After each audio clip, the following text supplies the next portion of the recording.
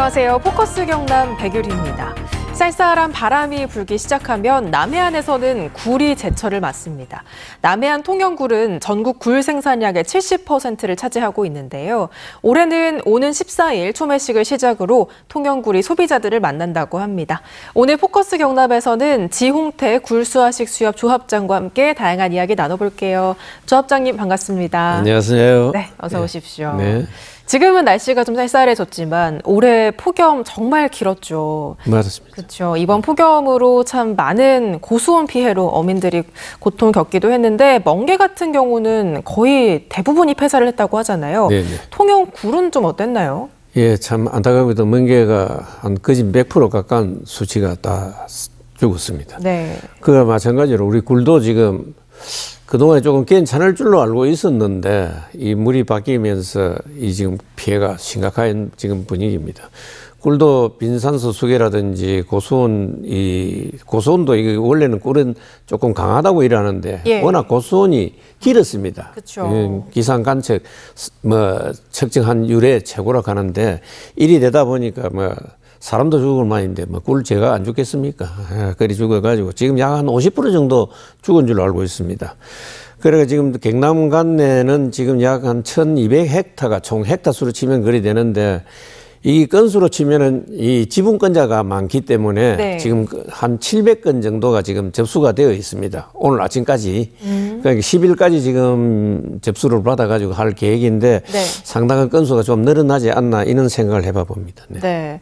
이렇게 고수온 피해를 입은 어민들을 위해서 이 굴수화식 수협 조합 차원에서 어떤 지원 대책이 있는지도 좀 궁금한데요. 예, 우리 조합에서는 지금 큰 지원을 할 수 있는 대책은 그런 건 없고 지자체하고 합동으로 해가 조사반을 지금 구성을 할 겁니다. 편성을 해가지고 그 피해 규모라든지 범위라든지 이런 거를 조사하게 되고 그 조사하게 되면은 국립수산과학원과 또 협력해가지고 꿀 피해 폐사 원인을 또 찾아낼 겁니다. 빈산소 수기냐, 이 고수온이냐 예. 여러 가지 그걸 조사를 해가지고 빨리 복구를 해가지고 사업을 할 수 있는 그런 부분을 정부에서 빨리 조치를 좀 취해가지고 재난지원금이라든지 또 양식 재보험금이라든지 이런 걸 조속히 조금 지원할 수 있도록 관계기관하고 부처를 협의해가지고 우리 어민들이 불편이 없게끔 업무 행정을 대행하고 있습니다. 네. 네. 정부의 지원을 잠깐 이야기하셨는데 이 피해 어민들을 위해서 정부나 지자체 차원에서 가장 필요한 지원은 뭐라고 보세요? 글쎄요. 이게 지금 우리가 피해 보상을 해주는 게 종자대 수준입니다. 그러면 씨앗입니다. 씨앗, 종자. 네. 씨앗인데 이게 맥시멈이 5천만 원입니다. 이게 코끼리 비슷하게 뜹니다.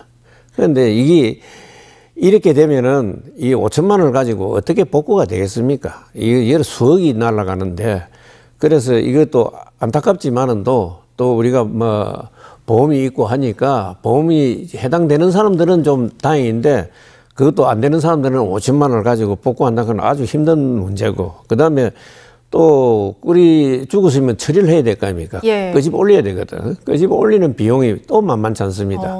그런데 이런 부분을 정부에서 처리비라 해가 조금 책정이 되어 있습니다만은 또 그것도 또 턱없이 부족하고 한데 이렇게 되면 우리 어민들이 꿀이 죽어서 피해 또 처리한다고 하면은 결국 손쉬운 방법으로 꿀을 그만 처가 받아 버릴 수도 있다는 이야기입니다. 그리 되면은 2차적인 또 오염 문제도 생기고 하니까 정부에서 이런 처리비는 좀 현실에 맞게끔 좀 지원을 해가지고 떼야 되지 않나 이런 생각을 해봐 봅니다. 그 다음에 이제 이 통영 지역이라든지 또 거제 고성 또 여수 쪽에도 지금 어류 피해가 크거든요. 예. 그렇기 때문에 이거를 재난 지역으로 육지만 할 것이 아니고 바다에도 재난 지역을 선포를 해가지고 정부 차원에서 좀 지원을 하는 방안을 좀 정부에서 고려해 줬으면 고맙겠다고 생각을 합니다. 네. 네.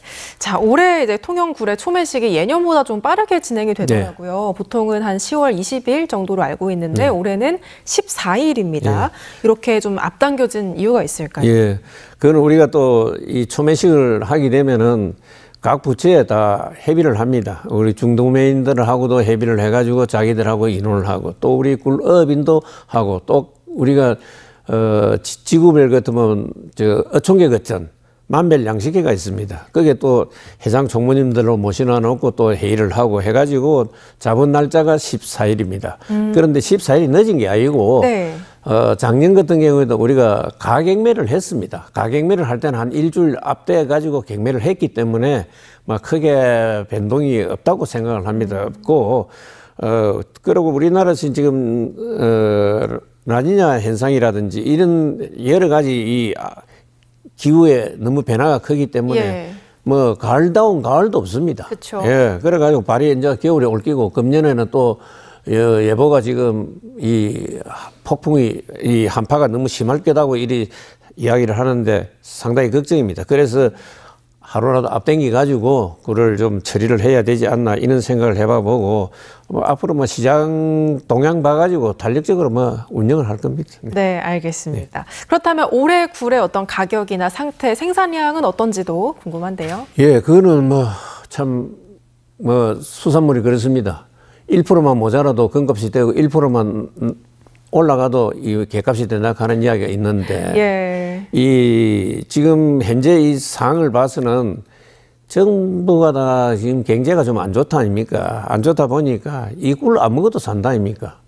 그러니까 소비가 지금 많이 저조되어 있습니다. 네. 지금 이때 되면은 상당히 꿀이 작년 대비하더라도 한 8만 원 정도, 9만 원에 매매가 됐는데 지금 한 6만 원, 7만 원 선에서 거래가 되고 있거든요. 이 되다 보니까 과연 우리가 초매식을 열어가지고 어떤 가격이 이루어질 낀가 하는 부분이 상당히 걱정스럽고 그 다음에 이제 여러 가지 문제가 이제 또 식당들이 잘 팔아줘야 되는데 식당들이 잘 팔려면 소비자가 식당을 많이 방문해야 되겠습니까? 그렇죠. 예, 그리고 앞으로 우리는 이제 막 그러다 보니까 꿀을 갖다가 이 선전을 많이 해야 됩니다. 소비 촉진 행사를 많이 하고 이 방송도 유치를 해야 되고 또 유튜브 방송이라든지 SNS라든지 여러 가지 해가 꿀 홍보에 대해서 상당히 영향을 많이 줍니다. 그리고 우리 조합에서 자체적으로 광고 선전비라 해가지고 그건 10억 가까이 돈을 광고에 쓰고 있습니다. 예. 그렇기 때문에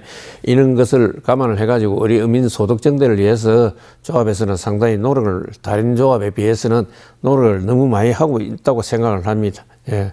네, 노력한 만큼 좀 굴 소비가 좀 더 활성화됐으면 하는 바람입니다. 또한 뭐 거기에 또 덧붙이면 정부에서도 수산 대전을 지금 하고 있는데 작년도 10월 달에는 했는데 예산이 삭감돼가 10월 달에 수산 대전을 못 한다고 지금 연락을 받았거든요. 이런 것도 너무 지금 아쉽게 생각을 하고 있고 11월에는 막 열심히 해주겠습니다 말은 합니다만은 또 이는 정부에서 적극적인 지원이 안 되면은 이 수산업의 1차 산업 하는 사람들은 다 힘들게 됩니다. 예. 네. 자, 굴 수화식 수협 이렇게 제가 아까 소개를 해드렸는데 역사가 상당히 깊더라고요. 이 굴 수화식 수협에 대해서 직접 소개를 좀 해주시면요. 예. 이 1965년도 우리가 등기가 되었습니다. 예. 그러니까 약 60년이 내년 60년입니다. 그래서 내년 60년 행사를 지금 구상을 지금 하고도 있는데 하여튼 우리가 지금 조합원 수는 전공 한 78명 정도 됩니다. 그리고 1일에 우리 굴로 가지고 먹고 이 생계를 유지하는 분들이 약 1일에 22,000명입니다. 이 참 대단합니다. 예. 대단한 기인데 우리가 이 꿀 양식이 손을 가지고 안 하면 안 되게 되어 있습니다. 그렇기 때문에 인력이 많이 소요되는 사업이기 때문에 이 인력을 많이 소요를 하는 반면에 정부 지원이라든지 여러 가지 부분이 상당히 많이 바라고 있습니다. 그리고 중요 사업으로서는 우리가 지도 사업이라든지 어민을 이제 제일 중요한 것이 수협에서는 지도 사업이라고 봅니다. 예. 어민들을 위해서 하는 편의 사업인데 우리 지도 사업은 지금 전국에도 보면 지도선을 가지고 지금 있는 조합이 없습니다. 우리 조합이 유일하게 있고 유생조사라든지 어장 실태조사라든지 피해 이런 데도 지금 철저히 지금 하고 있고 그다음에 기자재를 공급하는 구매 사업이라든지 어민 생산을 담당하고 있는 이 판매 사업 팔아야 될 거 아닙니까? 예. 판매 사업 부분도 있고 어민들이 필요한 자금을 또 지원하려면 상호 신용 사업을 또 해야 됩니다. 이런 부분도 있고 어민들 자산을 또 이런 꿀이 피해가 나고 하면 또 공제 사업이 또 필요합니다. 이런 것도 있고 또 수산물로 또 보관을 해야 될 거 아닙니까? 냉동이라든지 이런 해서 또 냉동 그 공장도 하나 가지고 있습니다. 큰 게 가지고 있고 그다음에 상업용 또 경쟁력 확보를 위해서 이번에도 또 서울에다가 또 크게 하나 강남구의 개포동에다 사구금융을 10월 23일 날 개점식을 앞두고 있습니다. 시청자 여러분들도 많은 좀 관심을 가지고 도와주실 선을 부탁드리겠습니다. 네, 와 정말 많은 일을 하고 있는 굴수화식 수협에 대해서 소개를 해주셨는데 이 굴수화식 굴이라는 게 구체적으로 어떤 건지 좀 궁금해하실 것 같고 이게 어떤 식으로 유통이 되고 판매가 되는지도 한번 들어보고 싶습니다. 네, 그렇게 많이 궁금해 하시는 분이 많습니다. 임기에 좀 상세히 설명을 해드리겠습니다. 수화식이라 하는 내용은, 수화라 하는 밑을 들이운다는 뜻 아닙니까? 그러면 우리가 들이우려면 옆에 이제 연성이라는 줄이 있어야 됩니다. 줄로 바다에다 앵카를 놔가지고 줄을 뻗쳐가지고 그 위에다가 부자를 달고 그 밑에다가 이제 수화연을 한 5, 6m 정도 내려갑니다.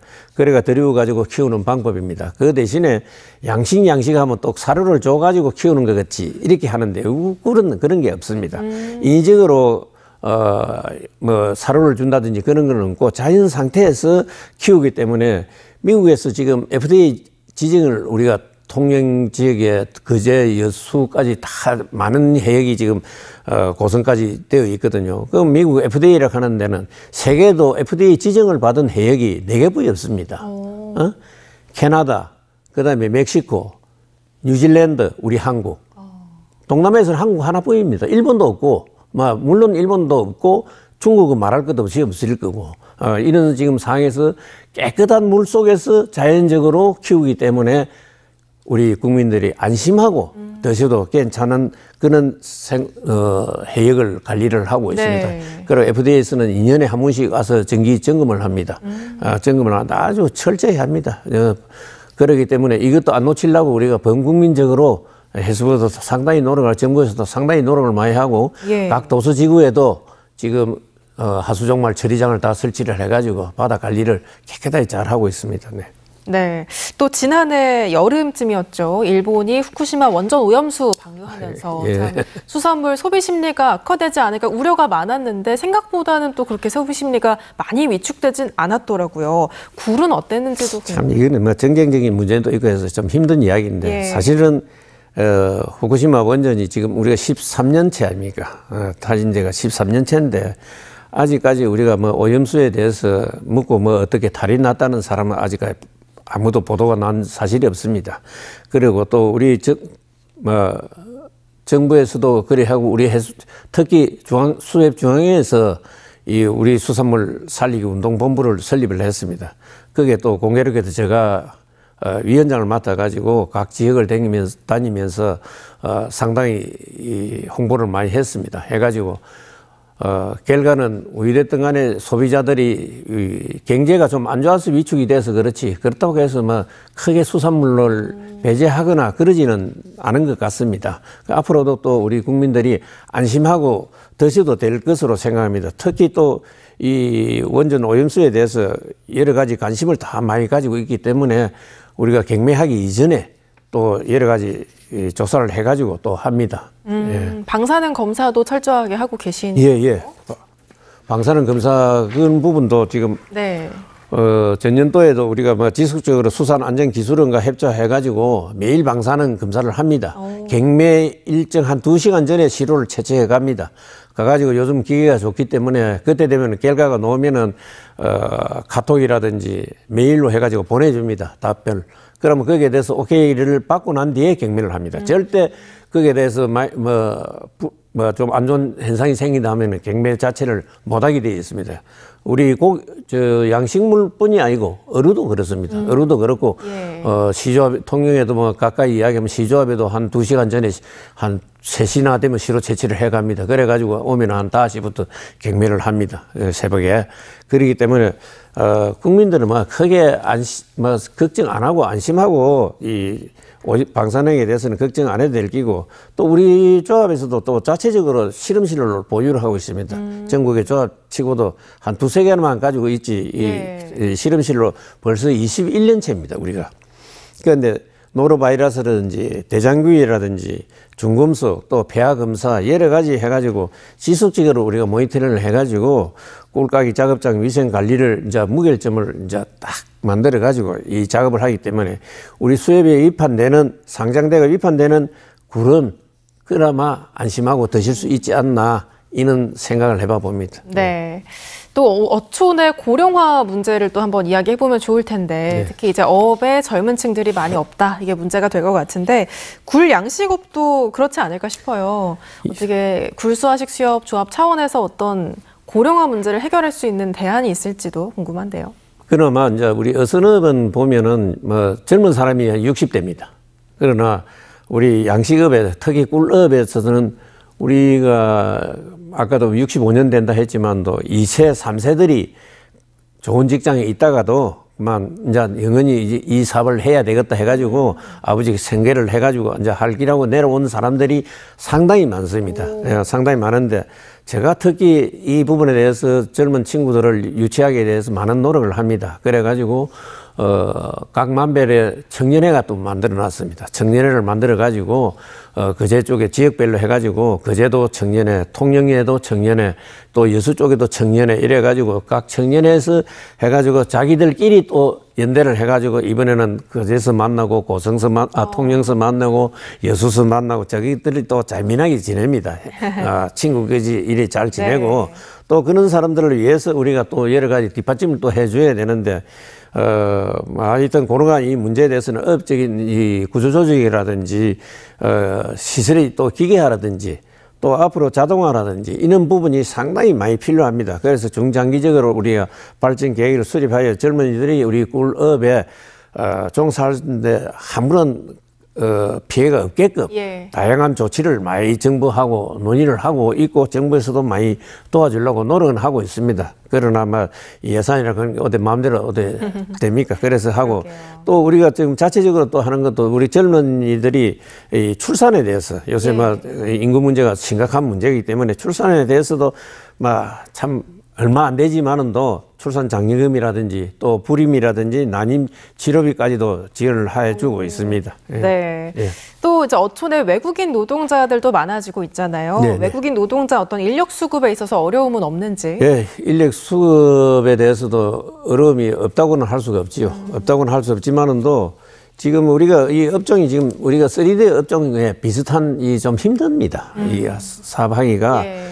힘들기 때문에 뭐 인력도 많이 쓰지만은 또 사업 자체가 또 힘들다 보니까 상당히 인력 수급에 대해서 문제가 큽니다. 문제가 큰데 또 이 외국인들이 와가지고도 또 우리 힘들고 하니까 또 이탈되는 사람들이 많습니다. 이런 걸 강력한 좀 정부 차원에서 제재가 좀 있어가지고 한 집에 새가 일 좀 배워가지고 될만 하면은 또 다른 데로 가버립니다. 이렇게 네. 막 우리 흔히들 막 도망을 가버리는데 이런 이탈이 될 수 없게끔 이래가지고 우리 정부 차원에서 많은 해줘야 어민들이 막 큰 이 피해를 안 입게끔 네. 해줘야 될 기라고 생각을 합니다. 네.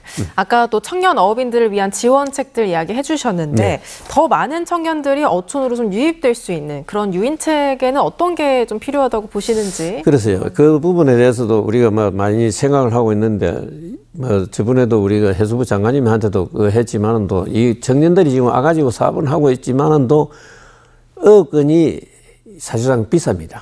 사고 팔려면은. 네. 그렇기 때문에 이게, 그 다음에 또 고령화되다 보니까 고령화된 사람들이 어장을 자기들이 못 쓰고 임대를 해주는 경우가 있거든요. 임대를. 근데 임대는 원래가 법의 위반입니다. 위반이기 때문에 이걸 합법화하자 해가지고, 장관님하고도 이야기가 돼가지고 장관님도 홍케이 그거는 승낙을 해서가지고 하는데, 외부에서 들어온 청년 어업인을 1순위로 주고 또 기 청년들이 들어와 있는 사람들을 2순위로 주고 그 다음에 3순위, 4순위로 이제 정해가지고 청년 어업인들이 조금 사업을 더 확장해 할 수 있게끔 뒷받침을 해주는 거 하고 그 다음에 이제 우리 조합 차원에서도 뭐 조그마한 조합에서 큰 돈이 없기 때문에 많이 못하지만은 또 이번에 청도 국제어업 박람회라든지 또 이번에 얼마 전에 동경 또 국제어업 박람회가 있습니다. 네. 그게 또 이제 청년 어업인들로 한 20명 정도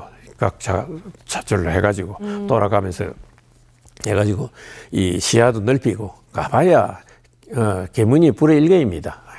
잘 봐야 네. 너무 하는 사업도 보고 또 다른 나라에서 하는 것도 보고 이러면 아들이 퍼뜩퍼뜩 돌아갑니다. 잘 돌아갑니다. 내가 볼 때는 아주 잘 돌아갑니다. 그래서 이런 사업을 좀 정부에서도 상당히 좀 뒷받침을 해가지고 그런 청년업인들이 우리 요 사업에 들어왔는데 그 친구들이 돌아서 다른 데 또 사업하러 가서는 안 될 거 아닙니까? 그죠? 그 사람들을 잡아 놓으려면은 여러 가지 혜택을 좀 베풀어 가지고 해줘야 되지 않나 이런 네. 생각을 해봐 봅니다.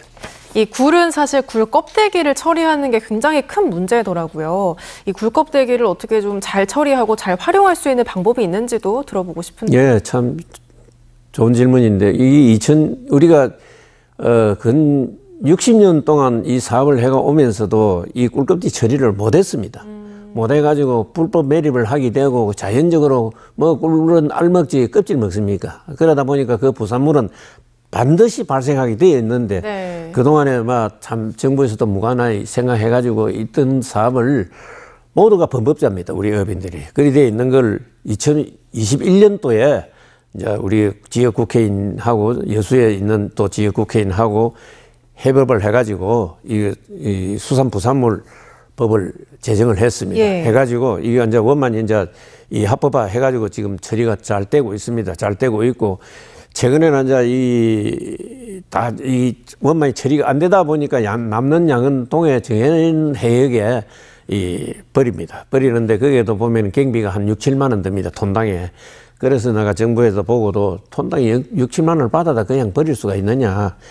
10만 원이 들더라 해도 육지에서 하면은 자원도 살릴 수 있고 예. 인력도 창출하고 있으니까 그렇게 좀 지원해 주십사 해가지고 지금 완전 많이 바뀌었습니다. 많이 바뀌어가지고 이게 이제 성토제도 가능하고 이 성토제, 복토제도 가능하고 또 양빈제 특히 제가 신경을 많이 쓰는 건데 이 양빈제는 뭐냐면 해수욕장 모래입니다. 네. 모래 여기 실리 많이 내려가거든요. 네. 내려가면 1년에 수십억씩 이 들어갑니다. 모래값이. 그래가 지금 하면 그 꿀껍데기가 받아서 왔다 아닙니까? 그리고 또 그렇죠. 멀리 우리가 외국 가면은 산호비치 하얀 산호비치가 결국 다 꿀껍데기하고 같은 성질입니다.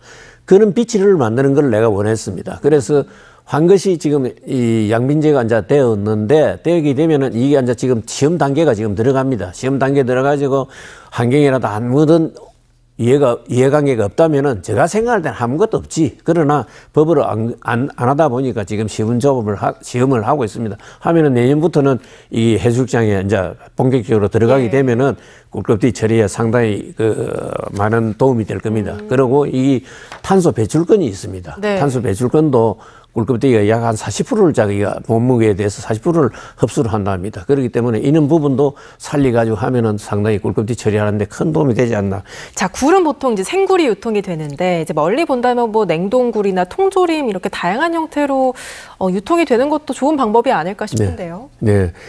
그런데 옛날부터는 이제 우리가 초창기 사업을 할 때는 70%가 수출이었습니다. 70%가 수출, 30%가 국내 유통이었는데, 국내 소비였는데, 요즘은 이제 거꾸로 됩니다. 국내가 한 70% 가까이 되고, 수출이 한 30% 수준이 되는데, 이거를 갖다가 앞으로는 좀 더 키워야 됩니다. 키워가지고, 그래서 굴로 가지고 정부에서도 수출 전략 품목으로 지금 굴이 지정을 해놔놓고 있습니다.